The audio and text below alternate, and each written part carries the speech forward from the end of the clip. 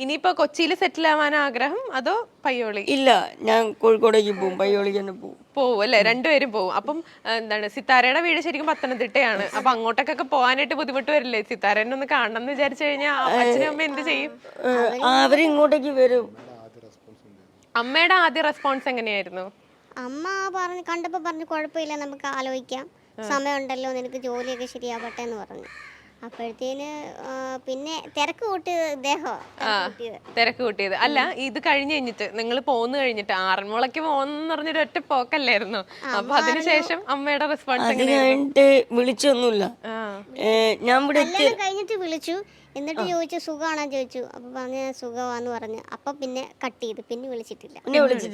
കല്യാണം കഴിഞ്ഞിട്ട് സുഖമാണോ എന്ന് മാത്രം ചോദിച്ചു. പിന്നെ 2-3 ദിവസത്തേക്ക് വിളിച്ചിട്ടില്ല. അച്ഛനും അമ്മയും ഓരോന്ന് വിളിച്ച് സംസാരിച്ച് സോൾവ് ആക്കി. നമ്മളെ വിളിച്ചിട്ട് ചീത്തയൊക്കെ പറഞ്ഞു, അങ്ങനെയാന്ന് ഇങ്ങനെയാ.